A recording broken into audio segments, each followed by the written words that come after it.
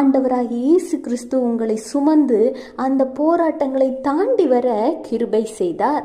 ஆனால் இன்றைக்கு நீங்கள் ஒரு சுமையை சுமந்து கொண்டிருக்கிறீர்கள்.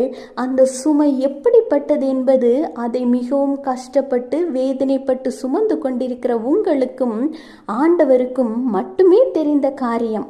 இந்த சுமையை குறித்து ஆண்டவர் இன்று உங்களோடு தான் பேசுகிறார்.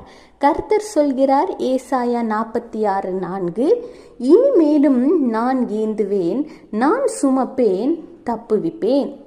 ஆமாங்க, உங்களுடைய சுமை எதுவாக இருந்தாலும் சரி, அதை ஆண்டவராகிய இயேசு கிறிஸ்துவின் பாதத்தில் நீங்கள் முழுமையாக இறக்கி வைக்கும் பொழுது ஆண்டவர் சொல்வதை போல், இதுவரை உங்களை சுமந்த தேவன் இனிமேலும் அவர் உங்களை ஏந்துவார், அவர் உங்களை சுமப்பார், அவர் உங்களை தப்புவிப்பார். Have a blessed day. Jesus bless you.